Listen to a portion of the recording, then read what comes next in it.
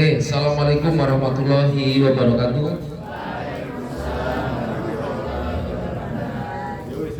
Alhamdulillah salah Rasulullah bil huda dinil haq li biru ala dini kulli wa kafa billahi syahida asyhadu an la ilaha illallah anna Muhammadan abduhu wa rasuluhu. Allahumma sholli ala Muhammad wa ala ali Muhammad.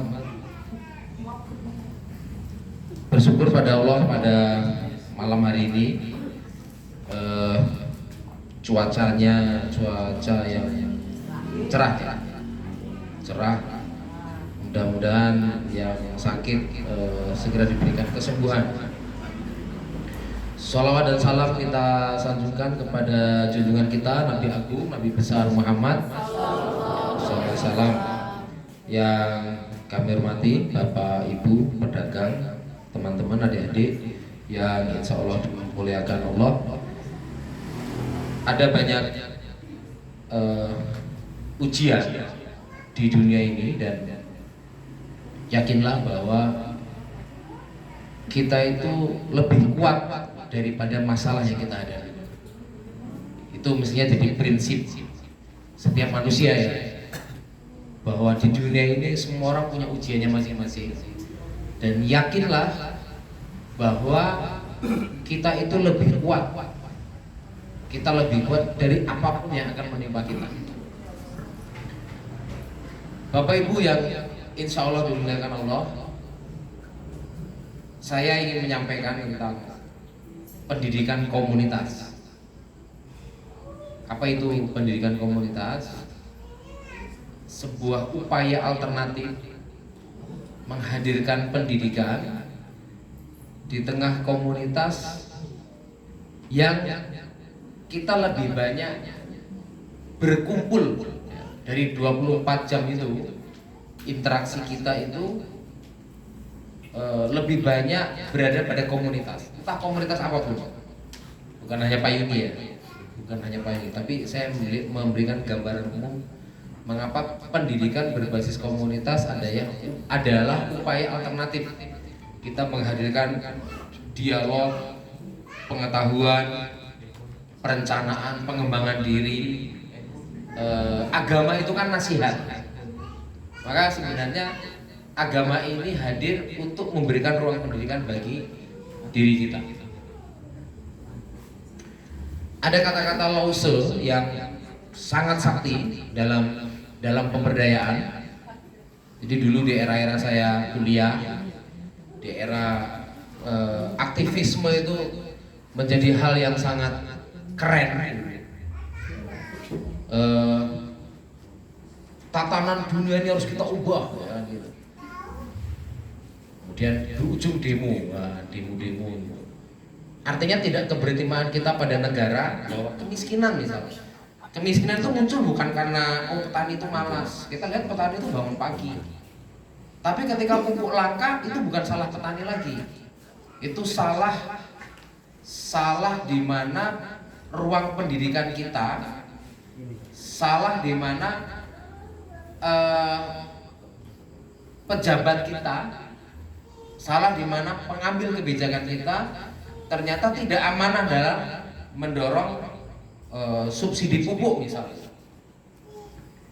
Atau kemudian kita lihat masyarakat kita itu ya bangun pagi dagang ke pasar gitu. Tapi kemudian ada kebijakan pemerintah yang melihat bahwa swastanisasi itu membombardir barangnya ke negara kita. Contoh, beras Vietnam kemudian lebih murah daripada beras kita. Akhirnya beras kita kan otomatis turun. Jadi itu ada namanya kemiskinan struktural. Jadi kemiskinan struktural itu dilakukan karena pejabat pemerintah kita itu tidak hadir. Atau kemudian dia hadir karena 5 tahun sekali dengan politik uang, dengan janji-janji palsu seolah dia akan mensejahterakan semua orang. Nah, ruang-ruang pendidikan inilah masuk Bapak Ibu. Jadi mahasiswa kemudian mulai sadar, orang-orang terdidik mulai sadar, ada yang memilih diam, ada yang memilih mengorganisir diri, ada yang memilih melawan. Dulu menumbangkan Soeharto 98, kemudian sekarang jadi Soeharto semua kan gitu. Jadi setelah Soeharto tumbang itu ternyata bukan Soeharto tumbang, tapi semua jadi Soeharto. Muncul raja-raja kecil, demokrasi padat modal, pembangunan yang harusnya dibangun 100% sudah dicolong 20%. Ya. Ini adalah kemiskinan struktural. Karena apa? Demokrasi padat modal itu tadi. Nah, Lause itu punya kata-kata yang sakti sebagai seseorang yang tercerahkan, seseorang yang memulai kapabilitas pengetahuan, seseorang yang sudah mendapatkan pencerahan, ilmu, kesadaran diri. Dia berujar Lause, datanglah kepada rakyat, hiduplah bersama mereka, belajarlah dari mereka, cintailah mereka, mulailah dari apa yang mereka tahu, bangunlah dari apa yang mereka punya.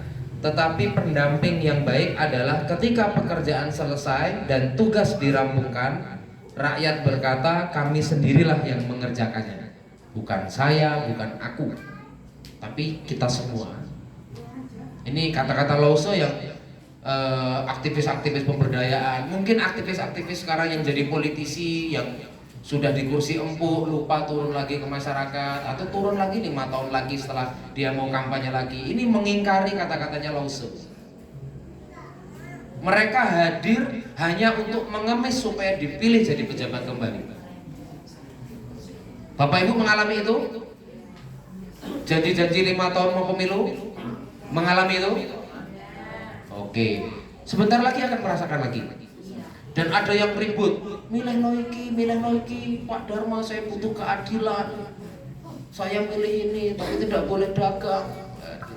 Ya itu diombang-ambing oleh perasaan Bapak Ibu, seolah Bapak Ibu kalau milih orang ini akan jadi sekda, seolah kalau milih orang ini jadi kepala dinas. Padahal saya yang udah menemani 5 tahun ini yo, nek coro nyalon ke orang bayar ya ora dipilih. Ini demokrasi Indonesia, demokrasi padat modal. Oke, saya beranjak. Ada persoalan-persoalan yang menggeluti dunia pendidikan kita. Belum lama ada ya cerita dari Najib tuh, ada perempuan dari Semarang berpacaran dengan laki-laki yang dicintainya. Kemudian mungkin karena melampaui batas, cowok yang disayang ini, yang mungkin palanya peyang ini, terkena kasus judi slot. Nah, lalu kemudian perempuan ini kan namanya sayang dan dia sudah melampaui batas, mungkin dia sudah pernah foto bersama telanjang di tempat tidur. Si laki-laki ini kemudian dengan terjerat slot ini, dia minta pada perempuan, tolong si dek bantu abang kirim duitlah 1 juta. Si perempuan ini sudah bekerja di sebuah perusahaan. Lambat laun, kemudian terjadi ancaman. Kalau nggak bantu, tak sebar loh foto kita di medsos, tak sebar fotomu telanjang di medsos. Ini bagi santri-santri kok, mohon maaf, misal terjerat sama Mas Wahyudi, misal loh ini kan. Kemudian berpacaran, ya yang wajar aja lah, atau nggak usah pacaran, tapi pinanglah aku dengan bismillah. Nggak mesti suge. Nek wis memang siap nikah, ora usah pacaran, nikah. Orang malah udah kayak dipamer-pamer ke neng Facebook kayak jin koar kawer ngono to ya kan. Nah, karena terjerat itu kemudian uang perusahaan dipakai karena dia takut karena mendapatkan ancaman dari laki-laki yang durjana tadi yang mungkin sudah merenggut. Apa yang terjadi? Kemudian perempuan ini menggantung diri, meninggal kasus. Kemudian cerita tentang kawan saya sendiri. Zaman saya SMP, saya naik sepeda, dia naik motor. Zaman saya SMA naik motor, dia itu kok naik mobil. Kemudian ya waktu kuliah pun dia bodasi rapi, aku udah ikatan dinas kok, setelah lulus aku akan jadi CPNS. Lah ternyata berjalan waktu ternyata dia kena judi bola itu dulu. Ya tiap minggu tuh pinjam saya, tiap Sabtu saya masih ingat pinjam 200 ya tak kei. Nanti sebulan lagi baru dibalikin. Dan ya orang tahu semua ternyata bapaknya akhirnya meninggal karena dia hutang, mobilnya rungkat, hutang 250 juta, sawah kedol, bapaknya akhirnya wassalam. Kemudian nikah, ternyata omahe mertuane rumah ini disita oleh bank. Jadi omahe mertuane diborong, jadi penyakit, jadi judi ini penyakit Bapak Ibu semua. Jadi susah, jadi kayak candu. Kopi itu ya sama ya, kalau kita udah ngopi itu kan kayak candu. Nah, tapi ini romen misal, aku sih romen ini candu 4 malam Bu. Waduh, sesuatu aku candu ya aku. Jadi kalau bocah-bocah ini diajari romen aku. Oh, ora ya? Aku dhewe ya. Jadi semua hal yang sifatnya kita, tapi nggak main duit. Kemudian saya ini butuh hiburan ya, tiap malam ngeleng sampai jam 1 gitu. Lah bojoku nesu-nesu kemarin kan. Aku ya rak ngene terus jam 1 lagi turu. Oh iya juga ya. Gur romen wis dadi candu, apalagi yang sudah judi slot. Apalagi yang apa tadi, minuman keras, narkoba dan sebagainya. Nah, persoalan-persoalan ini lebih kuat persoalannya daripada input pengetahuan yang kita dapat. Baik, kok bisa sih wong dia mahasiswa sarjana kok iso kaya ngono? Lah aku lho dosen S2 lah kok tiap wengi malah main romen saiki lho. Kan gitu. Artinya candu itu muncul ke semua orang, Bapak Ibu. Semule seminggu, semule meneh 2 minggu, sampai 2 tahun setengah semule. Ya kan? Jadi kita semua harus punya cara pandang bahwa kenapa pendidikan komunitas ini penting. Saya sampaikan kemarin sama Ibnu sama Bayu, sampai kue main, kue tak karungi, tak cemplungke ning damraman. Orang ngurus kue mamak mundi, kok mamak bubuk sabis. Nek kue Ibnu hari ini kue main slot, kue tak karungi. Bu sabis, siap Pak, wes yo ngono ae. Itu cocok, artinya kita saling menjaga ya. Ada Bu sabis di sini? Ada, cocok Bu ya. Kok Ibnu kok gak main slot Bu, tak karungi, tak cemplungin yang damraman, tak ngundul-ndulke ngono kae.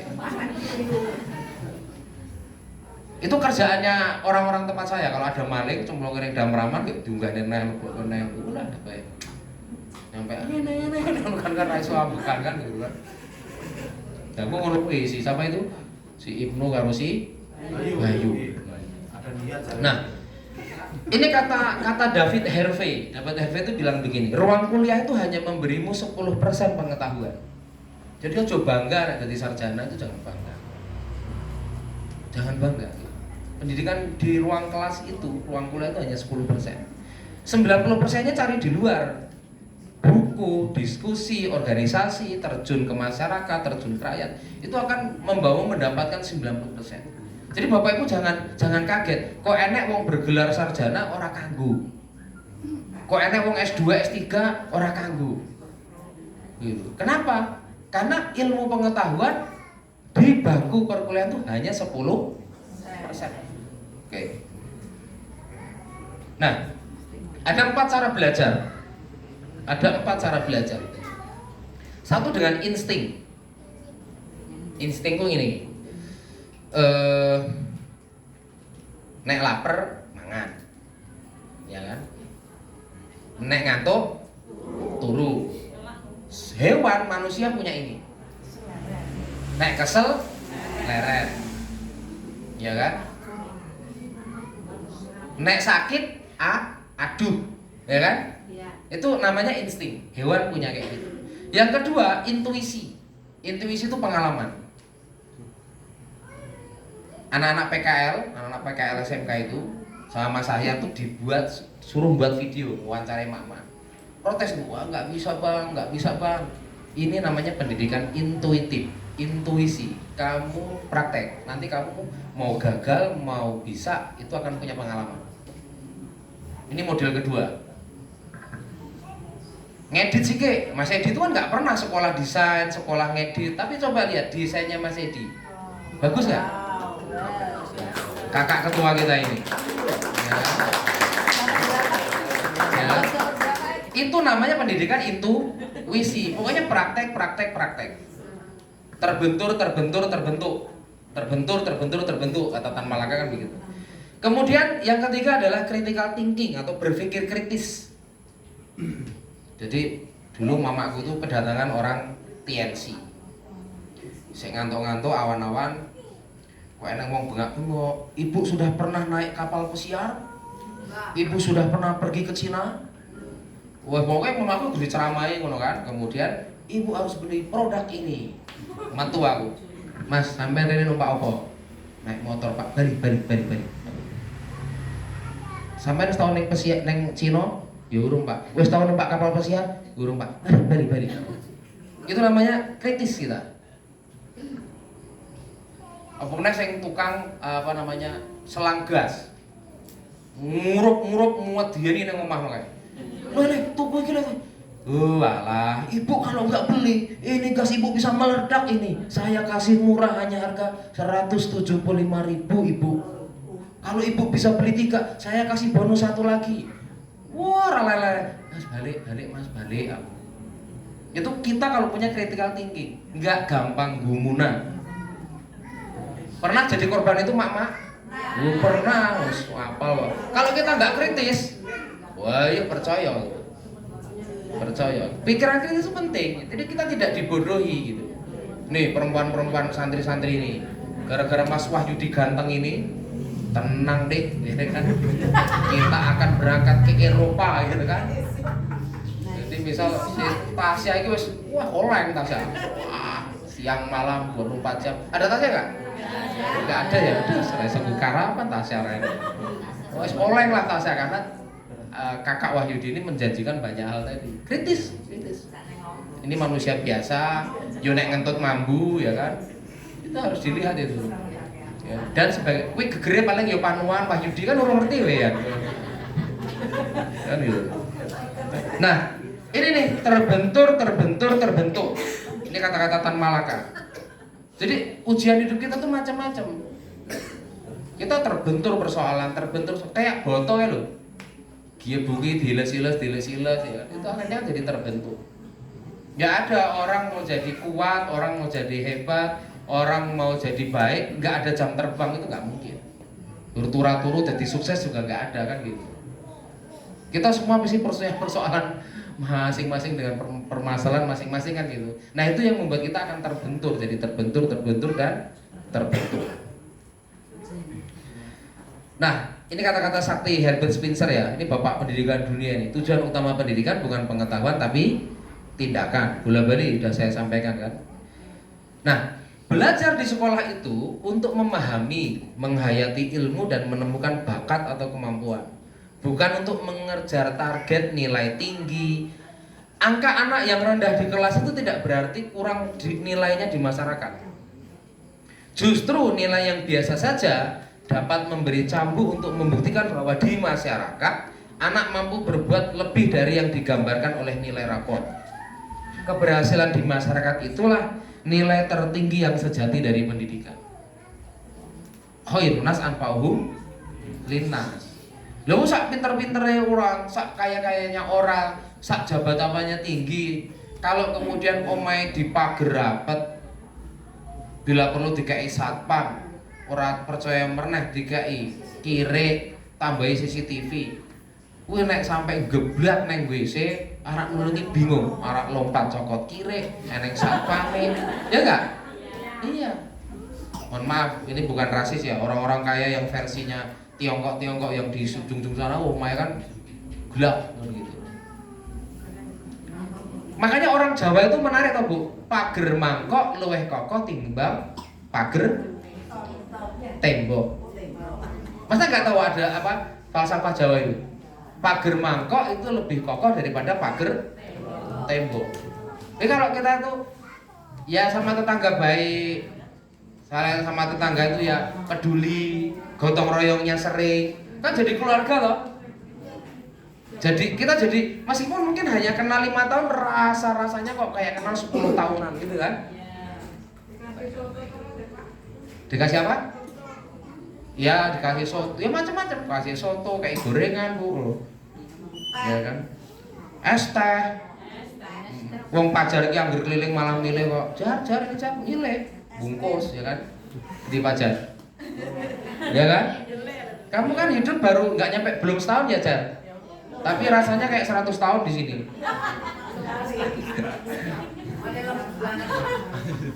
Nah, pendidikan komunitas seperti pesantren wirausaha ini pendidikan komunitas. Kita tidak nyari nilai, angka, rapor kan enggak. Kita nyari frekuensi kan.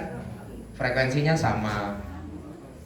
Hatinya sama, mentalnya sama, spiritualnya disamakan. Jika frekuensi sama, tak perlu banyak kata. Kadang nek wis akrab, ngetik ngono karo ngetir motore paham. Ya ta? Kalau ada CS Bapak Ibu itu, iya rak guyoni sapa, apa ini perkara sing ketoke janggal. Ngono ya ngono. Kaya wingi dolan Ibu Rahma paling agak dotik ngono kan. Iki kok kursine gudi-gudi men. Iki nek gusine pecah piye kan? Iki nek sing sudah sefrekuensi kan, ya wis ning isor kabeh wae gitu kan. Terus kok orang ndang diamplopi ya iki arek benek kok ndang amplopan kan ora kan? Itu frekuensinya sama itu. Padha-padha nunggu amplop kok ora dikai amplop. Ya kan? Jika frekuensi sama tak perlu banyak kata kan gitu. Saya tuh sebenarnya udah ngomong sama si Wahid, undang we malam Kamis rene ya. Siapa tahu ada program-program apa untuk mak-mak, jangan hanya 25 mak-mak. Kan mak-mak payi kan banyak. Yo terbatas kok pelatihan kok kabeh sinarak mak-mak payungi. Emang isine ning Lampung isine kudu mak-mak payungi mak senene wae tau. Kowe iki kudune bersyukur wis dikai slot mak-mak pelatihan ngene iki lho. Lho kok malah nyeneni aku? Ya iki keadaane ngene iki, harus dibagi. Aku nek uang bagi deh ngono kan. Ya kan harus tak bagi ke Pring Sewu, harus tak bagi ke Pesawaran. Bayangno mak-mak payungi entuk selawe paling akeh deh ngono kan. Malah ra njaluk kabeh. Pripun?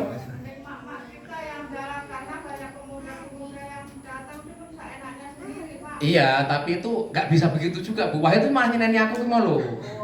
Donya iki ora kudu diatur wong payungi gitu loh. Donya iki tuh bukan hanya diatur wong payungi, ada orang Pring Sewu, ada orang Pesawaran, karena dia dapilnya kan 3 kabupaten kota itu. Artinya kita bersyukur. Oke. Bobo so nek diundang rene ki enek pelatihan meneh ngono lho Bu, maksudku gitu. Oke. Sekolah desa. Nih kayak gini sekolah desa. Wah, udah banyak ya, mungkin 50 lebih kepala desa. Kemarin malam Minggu ngobrol meneh sampai jam 1 curhat. Kepala desa Pesawaran. Mas, saya ini nyalon kepala desa habis 450 juta gadein bukit bapak saya. Punya bukit bapaknya, digadein 450 juta untuk nyalon kepala desa. Saya dulu berpikir dengan duit 450 juta itu murah. Hari ini saya lihat dana desa ya hanya segitu dan habis untuk gaji aparat. Ini hampir tiap hari kondangan. Ada anak tetangga pengen disunat, Pak Lurah lagi. Ada lagi istrinya mau lahiran, Pak anterin lagi ke rumah sakit. Pak bantuin urusin BPJS. Terus saya bilang sama Pak Lurah yang curhat itu dari Pesawaran, kira-kira Bapak 5 tahun, 6 tahun kepemimpinan ini balik nggak? Rasa-rasanya saya nggak mau nyalon lagi. Loh, berarti penggade bukit ini gimana gitu? Ya saya berusaha nabung untuk bisa mengembalikan penggadean bukit bapak saya itu. Saya merasakan bapaknya udah meninggal ya, saya merasa kualat. Umurnya masih muda kok, masih 30-an. Masih 30 kepala desa itu. Ya, karena dia nggak korupsi itu. Jadi dulu dia ngerasa ya itu tadi bahwa dengan jadi kepala desa dia bisa mengubah keadaan. Kenapa? Masyarakatnya malah makin sakit. Masyarakat merasa bahwa Pak Lurah ini banyak duit karena ngelola dana desa, sedangkan dia nggak mau korupsi. Dia modalnya sudah 450 juta. Tahun kedua ini dia nggak mau nyalon lagi, dan capek dia. Terus saya bilang sama dia, Pak, pemimpin tuh hanya 3 yang dilakukan. Pikirannya diikuti, tindakannya diikuti, dan Bapak berkorban untuk orang masyarakat itu terus menerus. 3 itu. Tapi kalau Bapak membeli jabatan itu, orang-orang itu tidak akan dukung Bapak. Sejak awal dia hanya senang karena ditabur duit sama Bapak. Akhirnya tidak terjadi partisipasi demokrasi. Yang terjadi adalah nyalahke pemerintah, terus nyalahke pemerintah. Di payung kan levelnya udah nggak gitu lagi. Di level payung itu ada level tertinggi, yaitu pengorbanan. Dalam Pancadaya ada level pengorbanan. Masyarakat kita itu umumnya pergerakan belum terjadi.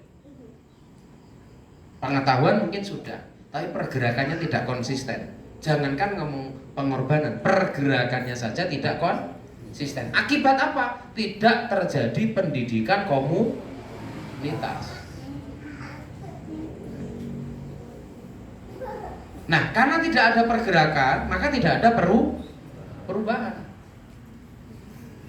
Pengetahuan, pergerakan, pengorbanan, kebudayaan, kesejahteraan, Pancadaya. Nah, sekolah desa yang sudah saya jalani sejak 1 tahun payungi, saya dan kawan-kawan memfasilitasi banyak kepala desa. Ini besok pagi saya jam 5 itu terbang ke Bangka Belitung saya besok pagi. Itu ya ketemu kepala desa juga. Kemarin saya habis dari UIN Raden Intan Lampung. Gagah betul Bu kampusnya. 9 lantai rektorat itu. SPP-nya tapi 6,5 juta. Iya ini kan paling banter tuh mentok 3 juta di sini. Mahasiswa sana 35.000. Sama. Sarjana mencetak kayak Edi ini tidak dibentuk oleh IAIN Metro. Tanya sama Pak Jri, teman-teman dia kuliah di UINRIC. Apa yang terjadi Jri, teman-temanmu di sana? Judi slot. Malah kemarin dosennya ngelonin mahasiswa nih. Lah itu yang viral nasional itu kan itu kata Al-Ghazali, seseorang yang tidak disibukkan kebaikan, dia akan disibukkan dengan kemaksiatan. Mahasiswanya sebulan di koloni peng 6. Sedih nggak kita? Kok iya anu ya? Kademen. Padahal musim panas Bu wingi urung udan kok. Sampai Fadri ya cerita nih. Aku seneng kok Pak. Makku di sana tahu kok aku dagang. Enggak usah malu, Cri. Di sini kamu belajar sama Mak Payungi. Mak Payungi loh, hebat-hebat dagang. Kamu belajar di. Belum tentu teman-temanmu yang kuliah di UINRIL menemukan pendidikan komunitas seperti Pak Payungi. Betul nggak, Ed? Jangan-jangan kalau dulu Edi kuliah di UIN Raden Intan malah wah nice. Nggak kenal kita. Ya bayangin kayak yang belum lama Ed yang ketangkep sama Brimob Lampung Timur, mahasiswa saya itu ceweknya kebidanan ayu bae nol merkom cewek kuwi iki sik men Bu, masih men posisi. Jadi ya celana dalam ini wis dicepot. Di 38 itu kan ada kos-kosan yang tidak ada induk semangnya ya. Terus kemudian 6 kamar itu di sananya ada 6 anak nuak. Terus dia wis ngelebokke cewek kuwi. Ketangkep Brimob des. Baru kuwi saya sebagai WD3 akhirnya harus mensidang. Kita sidang skor 1 tahun dia nggak boleh kuliah. Kemudian di sinilah bapaknya datang dari Sumatera Selatan. Arak digebukin yang ini. Itu saya bilang, "Pak, 3 tahun yang lalu Bapak kemana? Bapak fasilitasi dia motor, Bapak fasilitasi dia uang, Bapak tidak tahu dia ngekos di mana. Tahu nggak? 3 tahun yang lalu, 4 tahun yang lalu, anak ini adalah salah satu yang mural tembok di situ sebelum saya bikin payung. Andai kan dia ikut saya, di sini tinggal di sini nggak bayar, tinggal sama saya, ya mungkin tinggal sama saya, ya itu tadi pendidikan intuitif, yo ngechat, yo macem-macem, yo dagang." Tapi dia nggak mungkin akan bermaksiat seperti itu. Iso nyampe nyepot cawete bocah wedok cah dari Bandar Jaya, gak bisa main posisi. Coba. Kata Al-Ghazali tadi, seseorang yang tidak disibukkan dengan kebaikan, dia akan disibukkan dengan kemaksiatan. Kayak cewek ini tak takut dengan Rene cewek. Oh digebuk udah Pak, nggak usah digebukin. Ini anak bapak. Aku loh belum punya ngomongan gitu. Kok penamen orang bukan sama dia digebukin, dia ngerasa bahwa dia bener bapaknya. Saya nangkep wih kancane terangane, lucu meneh. Brimob itu kancane bapaknya. Ini kumpul, terus ceweknya melayu tuh. Kamu suka sama ini? Sayang Pak. Waduh, masuk deh ya. Yo sayang loh, cara cawate itu yo sayang loh. Kayak wayu loh. Nek ayu-ayu kayak pinter solehah loh, kayak ngafal Quran yang gini, kayak tak kenalnya karo Kak Edi. Ayo tenan Ed, tapi Iya, kalau sialan tenan kok yo Cahayu iki yo koyo ngono kelakuane malah. Sing elek kaya dhewe ngene iki ya emang dibagi agak apik. Nah, dhewe iki wis elek kok gek malah ora saleh kan ya jan keterlaluan kok ya. Kaya Abil ngene iki bahaya Bil. Pelan-pelan ya. Pokoknya dijaga beneran jangan sampai merusak citra Payungi. Kita ini kan keluarga ya. Apa Bil ya, kita ini keluarga. Bisa ngomong seperti ini kita saling menjaga. Nanti kamu juga ingetin saya, Pak, ojo kecantol mahasiswa, oke.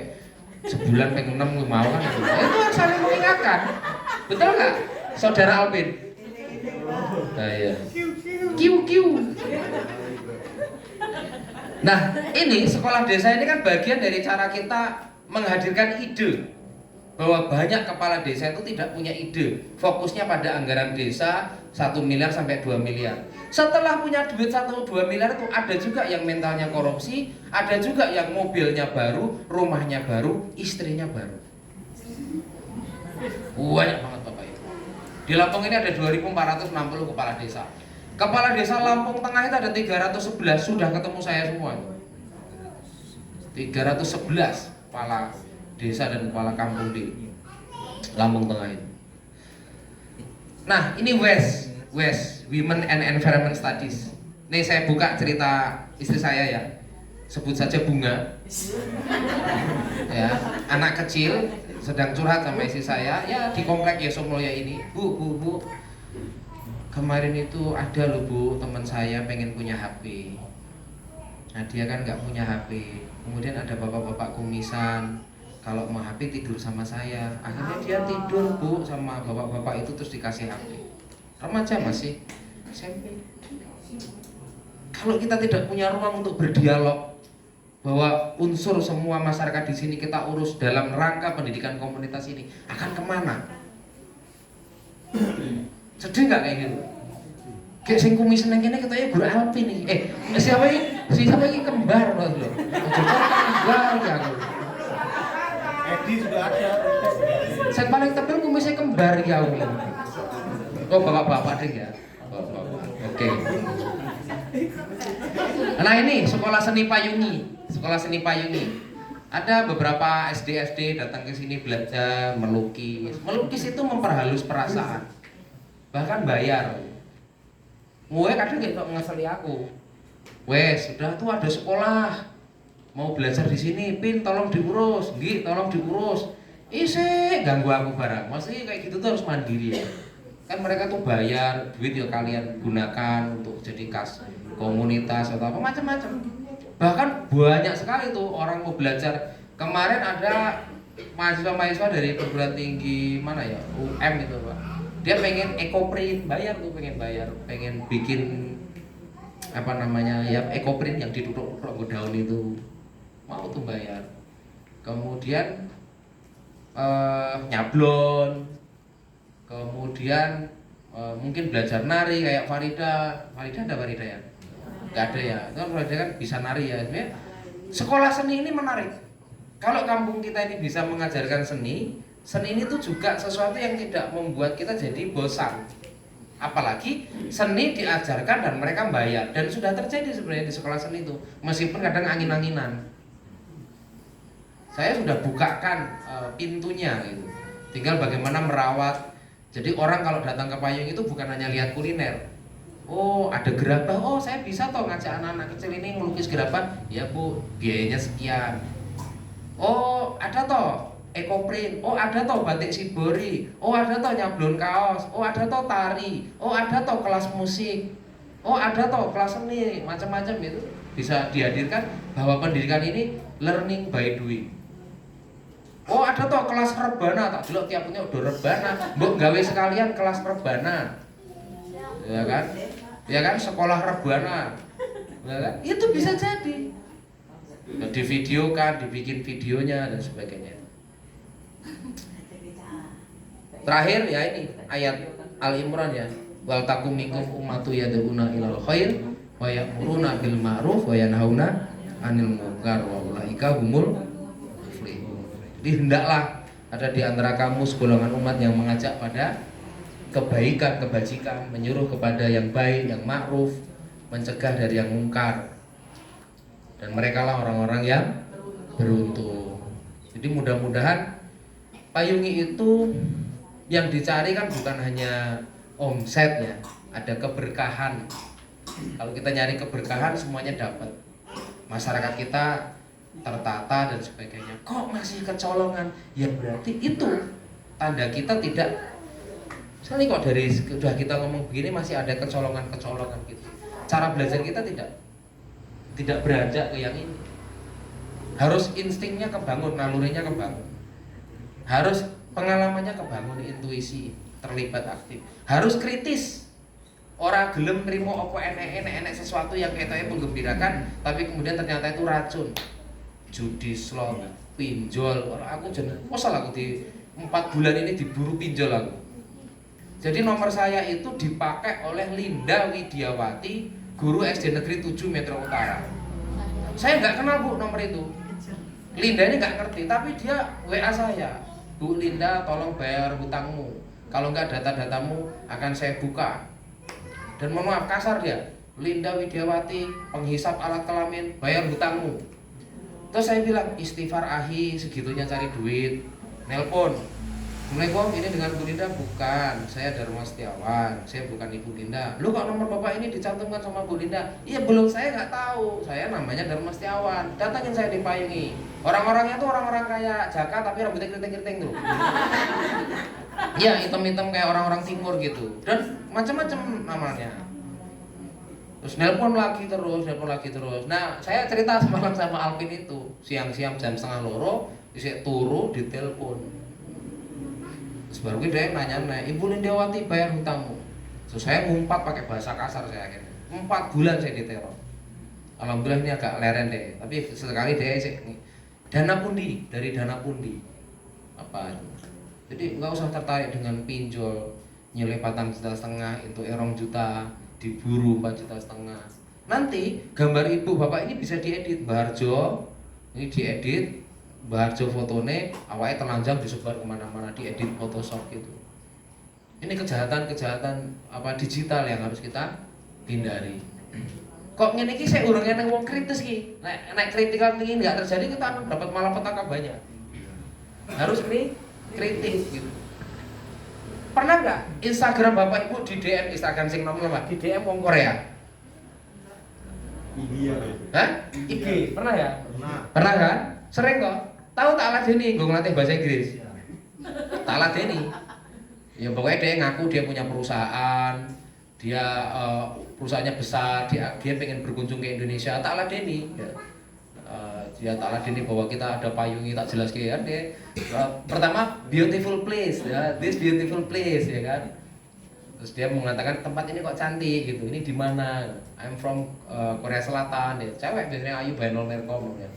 Tapi baru kok robot itu. Neng DM Instagram saya tuh ada 4 lah dulu. Orang tak ladeni.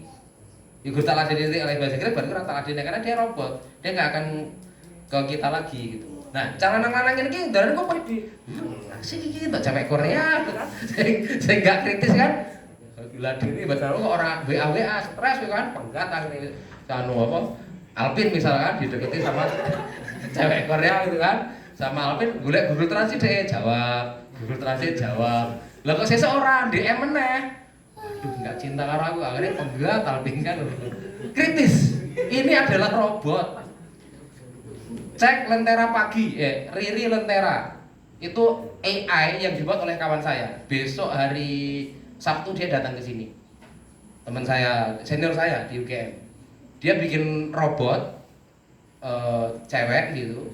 Dia punya produk namanya Fluba. Fluba itu flu dan batuk. Nah, dia bikin toko itu seolah-olah itu ada. Jadi itu ya Bainol Merkom, cewek cantik, padahal itu robot udu asli wong. Lagi lari pagi, Riri lagi jalan sehat. Wah, garangan tuh komentar, nge-like banyak 90.000 berapa lah kita dulu kan. Terus kemudian kan teman saya ini kan dulunya orang soleh tak lihat ya, di UGM itu soleh dia kan. Bagi saya soleh, sehari ini masih soleh. Wih, Mas Akbar ini komen yang cewek cantik.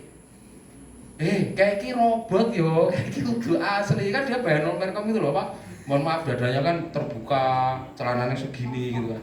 Lah, Kan dia nek komen kan ketahuan, komen kayak ini. Saiki dia nandai aku terus, akhirnya neng Riri kuwi, colek dong kakak Dharma, kakak Riri dicolek dong gitu kan. Padahal Riri itu bukan, nggak ada Riri itu. Riri itu hanya robot AI, artificial intelligence, kecerdasan buatan gitu loh.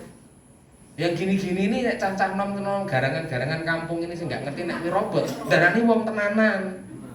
Kayak DM wis blingsatan. Wah, lo untuk cewek ayu iki ora dhuwet-dekan lho. Kan gitu. Padahal itu adalah robot, dia bayar, dia buat itu bayar untuk menangkap jejaring pasar mempromosikan madu fluba. Soal fikihnya, soal bagaimana itu hukumnya ya saya harus ada orang fikih yang menjelaskan apa. Tapi saya kira kayaknya nggak etis ya mempromosiin produk tapi dengan menjual sensasi tubuh perempuan itu kan.